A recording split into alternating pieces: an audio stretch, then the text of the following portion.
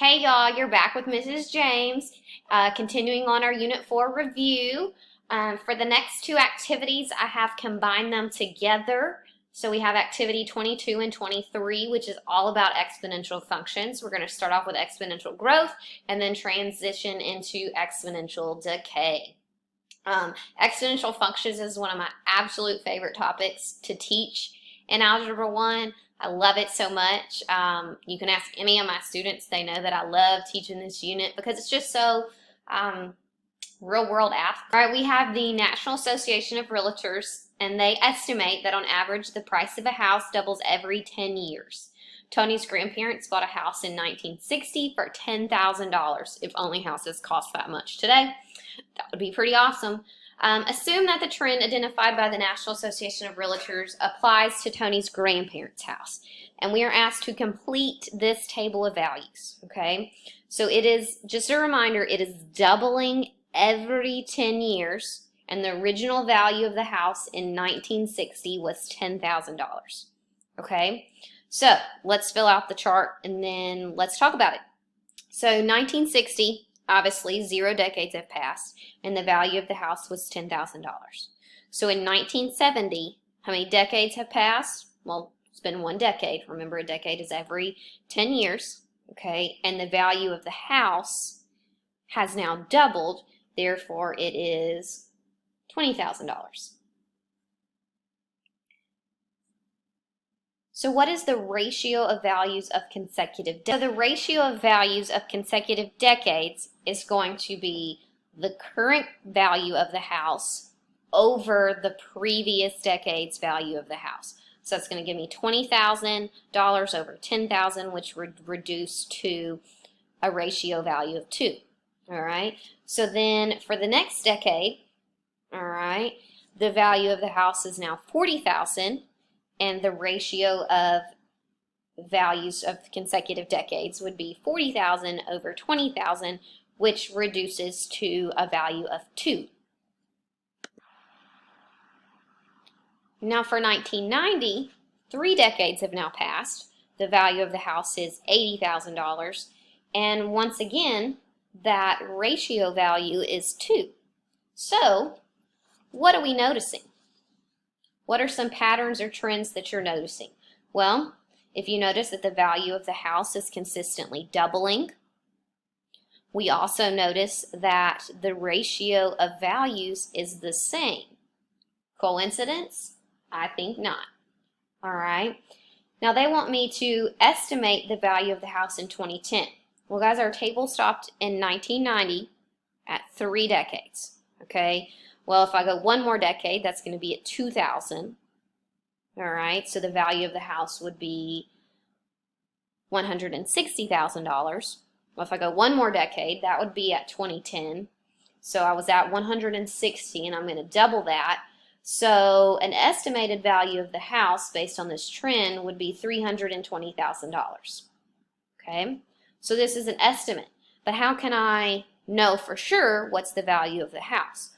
Well, guys, the increase in the house value of Tony's grandparents' house is an example of what we call exponential growth, all right, which is part of the family of exponential functions. And guys, this right here is the general equation of any exponential function.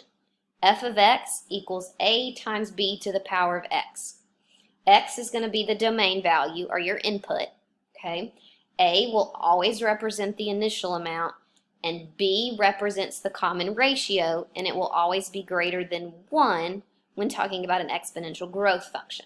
So guys, let's write the equation for Tony's grandparents' house. So we have f of x equals, little a represents the initial amount. Well, guys, the initial value of the house is $10,000. Times B represents the common ratio. Well, guys, what was the common ratio that we found? 2 to the power of x. So I have f of x equals $10,000 times 2 to the power of x. So guys, I can now use this equation to find the value of the house after 10 decades, after 20 decades. It's a lot easier than having to continually double something over and over and continue on this table. I can just plug into this equation, use input, output, and I'm good to go. So let's use this equation to check our estimate that we made up here on 1C. So we want to use the equation to determine the value of the house in 2010, and we want to double check our prediction from 1C. So, how many decades from 1960 to 2010? Well, it's going to be 5 decades, all right? So let's write our equation. F of 5 equals 10,000 times 2 to the power of 5. And guys, if I plug that into my calculator, 10,000 times 2 to the power of 5. And that's going to give me $320,000, which is our estimate from above. So I think we did a pretty good job of estimating. All right. So let's look at another example of exponential growth. If you invest $40 in an account for 10 years at a 3% interest rate, how much money will you have? Okay. Well, guys, let's start identifying that key information that we need. Okay. So we have f of x equals, what was the initial amount put in the account? $40 times, now guys, our growth rate is given to us as a percent, and I cannot plug a percent directly into an equation. Okay, for Tony's grandparents' house, it talked about doubling. Therefore, my B value was 2. Okay, but here they gave me my growth rate as a percent. All right, so I have to do a little bit of math before I can just directly plug in B. Okay, so guys, since it's growth, I have that original 100% that I started with, and then every year I'm gaining 3%. Okay, so that's going to give me 103%. All right, so the original 100 plus the 3% that I get each year. Okay, and then I'm going to take this percent and I'm going to turn it into a decimal. And remember, to turn a percent into a decimal, you move it 2 places to the left. Therefore, my B value is going to be 1.03 to the power of x. All right, so this would be that equation that represents this scenario. Now I can use this to figure out how much money I'm going to have after this $40 has set in the account for 10 years. So I'm just going to plug in 10 for x. All right, and then I'm just going to plug that into my calculator. And once I do that, it's going to give me approximately, all right, we're going to round to the nearest whole number, $54. All right. So let's look at another example. It says a type of bacteria has a very high exponential growth rate at 80% every hour. All right. If there are 10 bacteria, determine how many there will be in 5 hours. Well, let's start by writing that equation. F of x equals, how many bacteria did I start off with? 10 times my growth rate, okay, or my growth factor. Now guys, they gave it to me as a rate of 80% every hour. Remember, we cannot plug a percent into an equation. So since it's growing, I'm going to add 80 to 100, so that's going to be 180%, and turn the percent into a decimal, which would give me 1.8 to the power of x.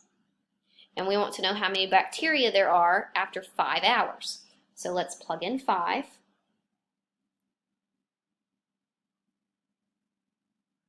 And guys, when I simplify that and round to the nearest whole number, that's going to give me approximately 189 bacteria. That's crazy to think about. After only 5 hours, we started with 10, there's now almost 200 bacteria. All right, so now let's look at an example of exponential decay. So we're going to go the opposite. So it says the amount of medicine in a patient's bloodstream decreases exponentially from the time the medicine is administered. For a particular medication, the amount of medication in a patient's bloodstream X hours after taking a 100 milligram dose decreases by 30% per hour. And they want me to predict how many milligrams of medicine is still in the patient's body after 2 hours. Okay? Well, we started with 100 milligrams, and it's decreasing by 30% every hour. Well, let's see, first off, what is 30% of 100?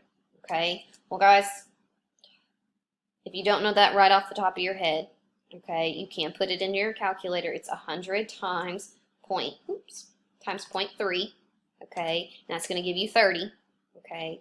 30% of 100 is 30.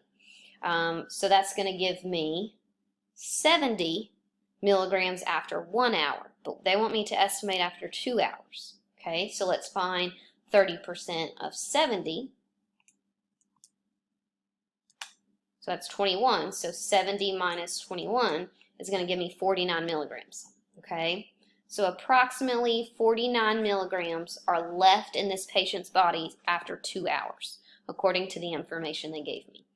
Now, how can I write an equation to make this a lot easier? Because I don't want to keep having to do this. And what if they wanted to know the amount of medicine or milligrams in the body after 5 hours, after 10 hours? I don't want to keep having to do this. So let's write an exponential decay model. Okay, so once again, we have the general equation for any exponential function. Okay, A is still going to represent the initial amount. Okay, B is still representing that common ratio, except this time B is going to be less than 1 but greater than 0. So guys, if I look back here at exponential growth, my B value is always greater than 1. And we can see that in our example. I had a B value of 2, a B value of 1.03, and a B value of 1.8. All three of those B values are greater than 1. Well guys, when we look at exponential decay, that B value will always be less than 1 but greater than 0. Okay, so let's write an equation that represents the medicine in this patient's body. So f of x equals, well, how many milligrams did we start off with? 100 times the growth factor.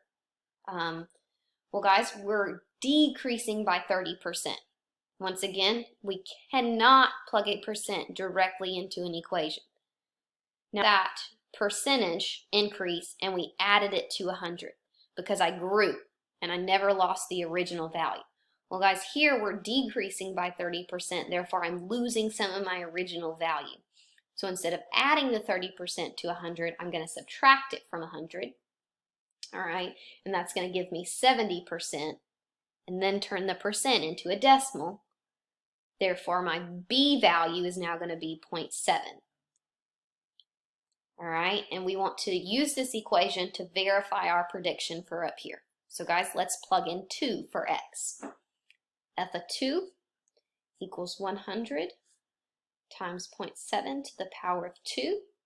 Let's use our handy dandy calculator.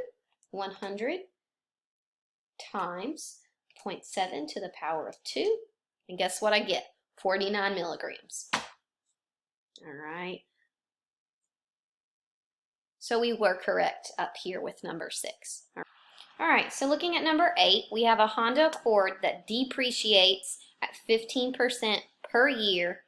6 years ago, it was purchased for $21,000, and we want to know what is it worth now. Now, I know the wording's a little bit funky, but the original value of the car was $21,000, and it depreciates at 15%. So 100% minus 15% would give me 85%, and 85% as a decimal would be 0.85. Now it says 6 years ago we bought it, and we want to know what's it worth now. So guys, my x value here is going to be 6, and then when I simplify that after plugging it all into the calculator, it will be approximately $7,920. All right, this is it for today. I'll see you on the next video.